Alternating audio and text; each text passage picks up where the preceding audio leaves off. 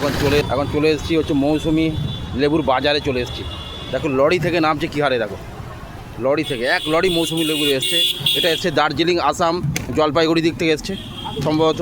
প্রবেশ করছি আমি ক্যারেটের দিকে, দেখো কী করে রয়েছে, দেখো অসাধারণ লাগে।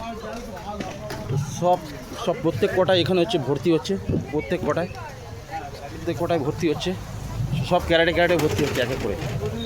দেখো অসাধারণ লাগছে। দাদা কেমন দাম আছে লেবু? হ্যাঁ 60 টাকা কিলো।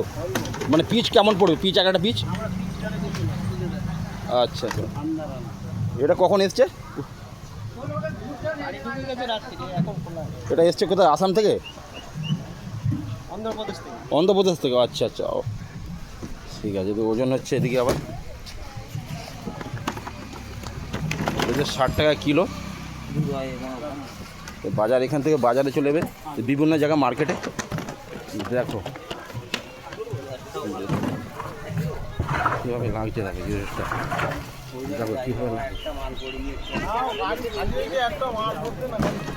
এটা এসছে অন্ধ্রপ্রদেশ থেকে এসছে, কিন্তু আগের লাটে এসেছিলো আসাম জলপাইগুড়ি থেকে এসেছিলো। ঠিক আছে, তোমরা দেখো ভিডিওটা কেমন লাগছে। অবশ্যই পারলে অবশ্যই লাইক কমেন্ট শেয়ার করে দেবে, ফলো করে দেবে সবাইকে, দেখিয়ে দিচ্ছি। ঠিক আছে, এই জায়গাটা হচ্ছে তোমার জেডিএস স্কুল এবং আর এই পাশেই আছে তোমার স্পোকেন ইংলিশ আছে। এটা তোমার হচ্ছে ভোলানন্দ ন্যাশনাল একাডেমি। আর এখানেই আছে একটা কৃষ্ণা টি স্টল স্পেশাল, এই পাশে এটা দেখিয়ে দিচ্ছে এটা।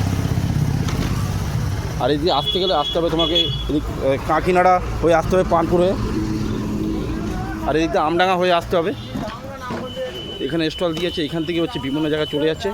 দেখো কীভাবে ওনারা সব কাজকর্ম করছে সবাই ভেজা। অবশ্যই পারলে এটা করবে একবার। Tata, by.